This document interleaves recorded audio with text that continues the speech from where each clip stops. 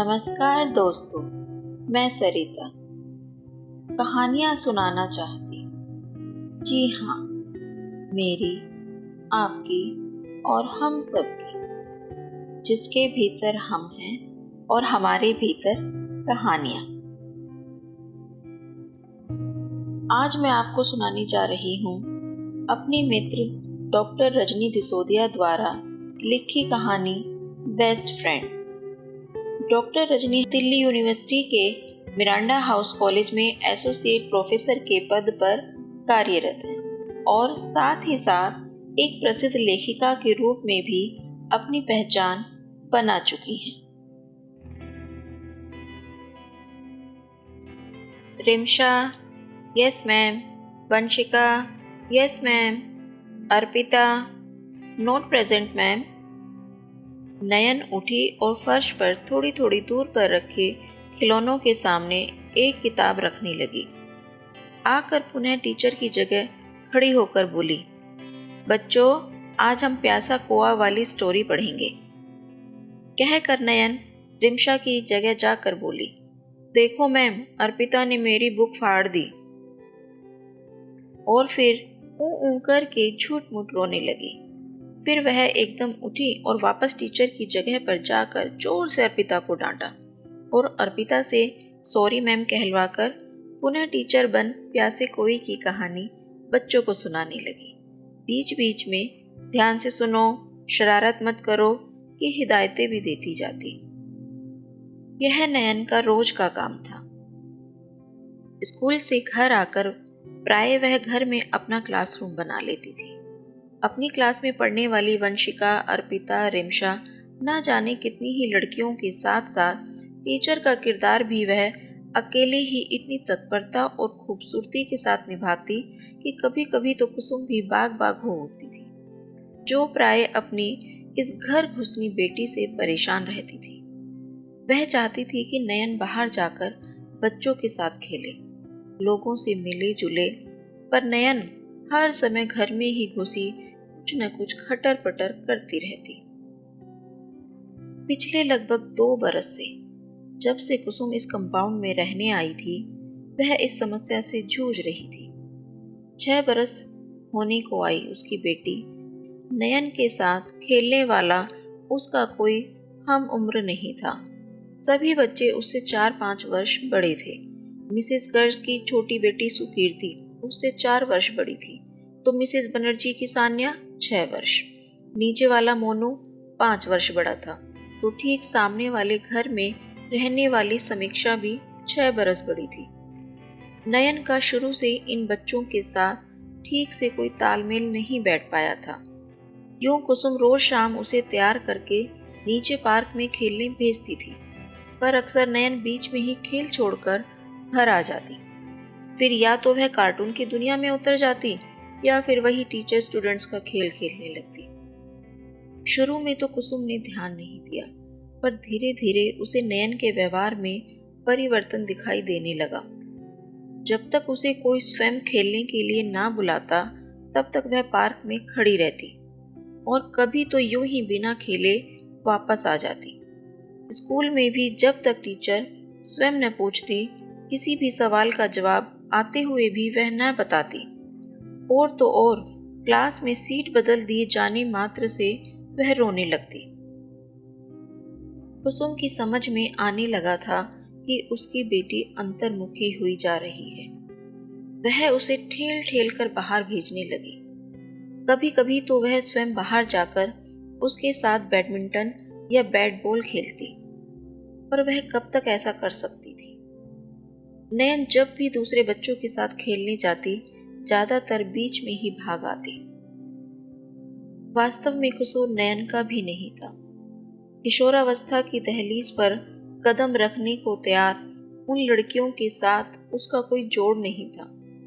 जब वे चोरी छुपा खेल रही होती तो नयन ही सबसे पहले पकड़ी जाती, और जब उसकी बारी आती तो लाख ढूंढने पर भी वह किसी को न पकड़ पाती।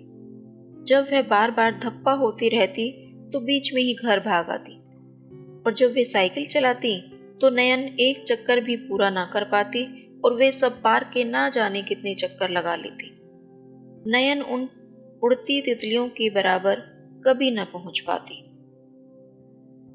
एक दिन नयन ने घर में रोते हुए प्रवेश किया। रुदन भी अंदर ही अंदर घुटा हुआ, केवल आंसू और हिचकियां ही उसे व्यक्त कर रहे थे। कुसुम घबरा कर लपकती हुई भागी। क्या हुआ बेटा? घुटने, कोहनियां, हथेलियां सबको एक के बाद एक टटोलने के बाद उसने पूछा, बेटा चोट तो नहीं लगी? माँ को देखकर नयन के रुदन को भी आवाज मिली। बोली, मम्मा, मैं कितना कोशिश करती हूँ कि सब मेरी फ्रेंड्स बन जाएं। मैं उनकी सब बातें भी मानती हूँ, पर फिर भी वे मेरी फ्रेंड्स नहीं बनती। नयन रोती जाती और कहती जाती। आंखों से बड़े बड़े मोती जैसे आंसू फर्श पर गिरकर पानी हुए जा रहे थे। कुसुम ने अपनी लाडली को छोने की भांति अपनी सीने में दुबका लिया। अब दोनों की हिचकियां बंधी थी और दोनों के आंसू मिलकर एक हो रहे थे। आखिर कुसुम भी तो चाहती थी कि नयन सबको दोस्त बनाए और सबके साथ खेले, और उसकी यह छोटी सी बच्ची एक अदद दोस्ती के लिए तड़प रही थी। एक बार नहीं, कई बार पढ़ा और सुना था उसने कि मनुष्य सामाजिक प्राणी है। सहचर्य की भूख नैसर्गिक भूख है। सहचर्य की उस निश्चल और पावन भूख को साक्षात देखकर कुसुम द्रवित हो उठी। उसे आज बेहद अफसोस हो रहा था कि क्यों उसने नयन के बाद दूसरे बच्चे के बारे में नहीं सोचा। बाहर न सही, कम से कम घर में तो उसे एक दोस्त मिल ही जाता। कुसुम ने नयन को समझाया, नहीं बेटा, वे सब तुम्हारी फ्रेंड्स हैं। बस क्योंकि तुम उनसे छोटी हो इसलिए उनके गेम तुम्हारी समझ में नहीं आते। तो क्या मैं टीवी देख लूं? नयन ने पूछा। दिल का उफान आंसुओं की ठंडी बौछारों से थम गया था, इसलिए स्वीकृति मिलने से पूर्व ही एक बार फिर नयन कार्टूनों की दुनिया में पहुंच चुकी थी। कुसुम अब भी चिंता मग्न बैठी थी। कुसुम, तेरी बेटी तो पागल है, अपने आप से ही बातें करती रहती है। माँ अक्सर हंसकर कुसुम को छेड़ती थी तो कुसुम हंसकर ही टाल देती, पर अकेले में उसे ये शब्द डराने लगते। ऐसे में जब कुसुम ने सुना कि फ्लैट नंबर 4 में मिसेज चक्रवर्ती रहने आ रही हैं तो वह बहुत खुश हुई। खुशी की वजह थी मिसेज चक्रवर्ती की बेटी नंदिनी, जो लगभग नयन की ही उम्र की थी। नंदिनी को आए एक सप्ताह भी नहीं हुआ था, दोनों की पक्की दोस्ती हो गई। दोनों को साथ साथ खेलते देखकर लगता जैसे दोनों की बरसों की जान पहचान है। कभी साथ साथ साइकिल चलाती, कभी पकड़म पकड़ाई खेलती, कभी पार्क में घूम घूम कर लेडी बर्ड इकट्ठा करती, तो कभी तितलियों के पीछे भागती रहती। शाम होते ही नयन बालकनी में टंग जाती। कुसुम की तो मानो मन की मुराद पूरी हो गई। नयन के सारे खेल खिलौने अलमारी में बंद हो गए। वे भी अपनी साथिन को उछलते कूदते चहकते देखकर प्रसन्न थे। कुसुम ने स्वयं अपने हाथों से उन्हें अलमारी में रखा था और उन्होंने भी खुशी खुशी वहां बैठना स्वीकार कर लिया था। मम्मा, मालूम है नंदिनी का हैप्पी बर्थडे आने वाला है, एक दिन खेल कर लौटी नयन ने चहकते हुए कुसुम को बताया। कुसुम किचन की खटर पटर में लगी थी, सो अच्छा कहकर वह फिर काम में लग गई। मम्मा, मैं नंदिनी को बर्थडे पर क्या दूं? नयन ने आगे पूछा। पेंसिल बॉक्स दे देना, पीछा छुड़ाने की नीयत से कुसुम ने जवाब दिया। सिर्फ पेंसिल बॉक्स? नहीं नहीं, नयन कहाँ पीछा छोड़ने वाली थी। तो क्रेयॉन्स कलर दे देना। नो नो माँ, you know she is my best friend, Nayan ने जोर देकर कहा। अब की बार कुसुम ने पलटकर नयन की ओर देखा। सचमुच उसके चेहरे पर लिखा था, Nandini is my best friend. एक नितांत अपनत्व के भाव से अपूरित वह नंदिनी को कुछ ऐसा देना चाहती थी जो नंदिनी को भी यह बता दे कि नयन ही उसकी बेस्ट फ्रेंड है। अच्छा बताओ, क्या देना चाहती हो? कुसुम ने नयन की भावना का आदर किया। मैं आप ही बताओ ना, क्या दूं? भाई मैं कैसे बताऊं, वह तो तुम्हारी बेस्ट फ्रेंड है। कुसुम ने नयन की खुशी में खुश होते हुए कहा। तो ठीक है, बारबी डॉल दे दूंगी। नयन ने काफी सोच समझकर जवाब दिया। कुसुम को आश्चर्य हुआ। जिस चीज की फरमाइश वह कितने ही दिनों से अपने लिए करती रही है, उसे आज अपनी फ्रेंड के लिए चाहती है। फिर भी कुसुम इतने महंगे प्रेजेंट में हाथ नहीं डालना चाहती थी, इसलिए कहा, बारबी डॉल नहीं बेटा, ऐसा क्यों नहीं करती कि तुम नंदिनी के लिए अपने हाथों से सुंदर सा बर्थडे कार्ड बनाओ। हाँ, यह ठीक रहेगा। आइडिया नयन को भी पसंद आया। मम्मी, मेरे क्रेयॉन्स कहाँ हैं? ड्राइंग शीट कहाँ रखी है? स्पार्कल्स। स्टडी रूम से आवाजें आने लगी थी। कुसुम अभी किचन से निपटी नहीं थी, इसलिए नयन को कल तक रुकने को कहा। अगले दिन कुसुम की छुट्टी थी, इसलिए नयन स्कूल से आते ही पीछे पड़ गई कि चलो कार्ड बनाएं। कुसुम ने ड्राइंग शीट को दिल के आकार में काटा। नयन ने उस पर 2 लड़कियां बनाई जो एक फूल को पकड़े हंस रही थीं। कुसुम ने पूछा, ये कौन है? यह मैं और यह नंदिनी, नयन ने खुश होकर कहा। यह तुम कैसे हो सकती हो? इस लड़की के तो लंबे बाल हैं। कुसुम ने कृत्रिम आश्चर्य से पूछा। तो क्या मेरे बाल हमेशा छोटे रहेंगे? नयन ने नयन मटकाते हुए कहा। कुसुम हंस पड़ी। थोड़ी ही देर में स्पार्कल्स, गोटे, सितारों इत्यादि से सुसज्जित बर्थडे कार्ड तैयार था। बस इंतजार था तो 20 अप्रैल का। 4-5 दिन बीत गए। नंदिनी के बर्थडे की बात आई गई हो गई। कुसुम मदर डेयरी से दूध लेकर लौट रही थी। अप्रैल का महीना होने के बावजूद अंधेरा घिरने लगा था। उसने कलाई घुमाई तो 7:45 बज रहे थे। यूं रास्ता अच्छी खासी भीड़ वाला था और घर भी कोई दूर नहीं था, तो भी कुसुम के पैरों में अचानक तेजी आ गई। दिल्ली की सड़कें आजकल दिन में भी सुरक्षित नहीं कही जा सकती, और इस समय तो अंधेरा भी हो चला था। वाहनों की हेडलाइटें रोशनी देने के स्थान पर आंखों में अंधेरा झोंक रही थी। जैसे ही कुसुम ने अपने कंपाउंड में कदम रखा, उसे तसल्ली हुई। याद आया कि कंधे पर 4 किलो दूध लटका है, जिससे कंधा भी दुखने लगा है। अचानक उसका ध्यान फ्लैट नंबर 4 के आसपास खड़ी गाड़ियों की ओर गया। क्या बात है आज, उसने सोचा। तभी निगाह मिसेस गर्ग की बेटी सुकीर्ति पर पड़ी। हेलो आंटी, वह होली से मुस्काई और नंदिनी के घर की ओर बढ़ गई। एक चिर परिचित सी आशंका के बादल कुसुम के हृदय पर छाने लगे। अभी वह कुछ ही कदम आगे बढ़ी थी कि सामने से मिसेस बनर्जी और उनकी बेटी सान्या को अपनी ओर आते पाया। फिर वही प्यारा सा हेलो, और वे दोनों भी उसी दिशा में मुड़ गईं।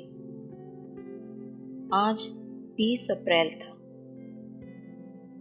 कुसुम अपने घर की सीढ़ियां भी नहीं चढ़ पाई थी कि तालियों की गड़गड़ाहट के साथ happy birthday to you, happy birthday to you की मधुर स्वर लहरी ने उसे पीछे से दस्तक दी। आसपास के सभी छोटे बड़े बच्चों की आवाजें वह साफ पहचान रही थी। कुसुम भाग चली।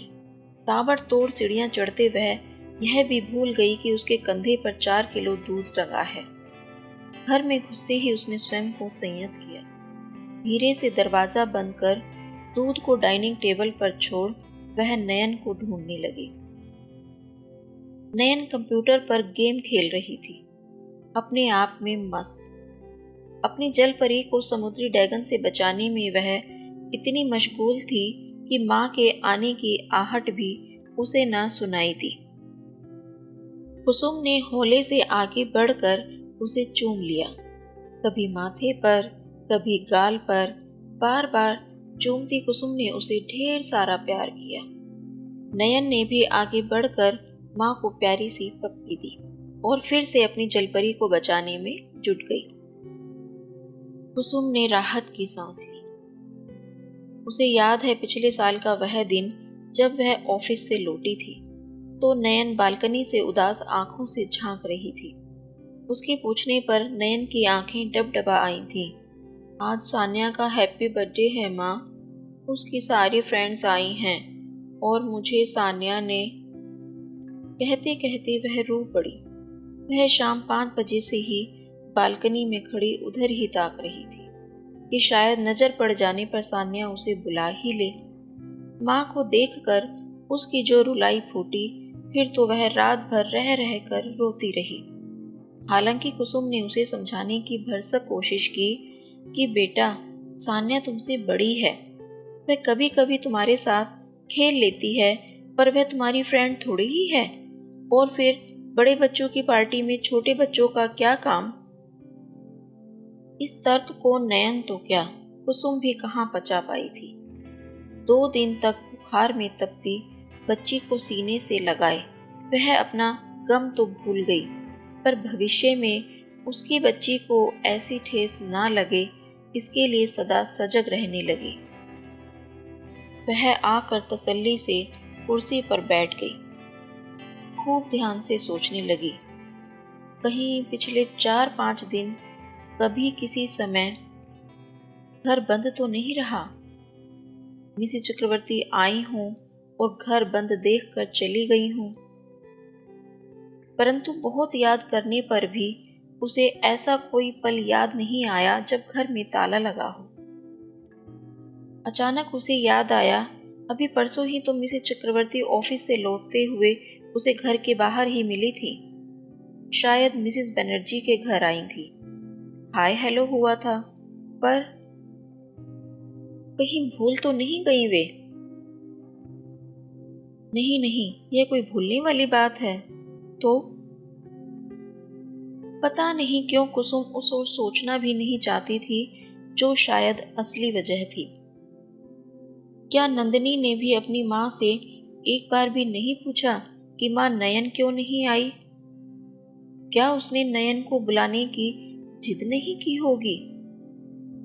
तो फिर मिसेस चक्रवर्ती ने उसको कैसे बहलाया होगा? वह आगे कुछ सोच पाती कि नयन आ पहुंची। कंप्यूटर पर खेलते खेलते बोर हो गई थी शायद, इसलिए। मम्मा, आपने कहा था कि आपने मेरे लिए एक नई बुक खरीदी है। वही स्टोरी बुक ना? कौन सी? कुसुम जैसे अभी घर में वापस लौटी। वही जो आपने उस दिन खरीदी थी जब हम पार्लियामेंट हाउस गए थे। अरे 14 अप्रैल को, नयन ने याद दिलाया। हाँ हाँ, कुसुम को भी याद आया। वह उठी और अलमारी से खिलौने निकालकर बाहर रखने लगी। नयन ने अचरज से पूछा, इनका क्या करोगी माँ? क्यों, क्या रिमशा, अर्पिता, वंशिका को स्टोरी नहीं सुननी? नयन हंसने लगी। यही थी हमारी कहानी। जल्द ही फिर मिलेंगे लेकर अगली कहानी।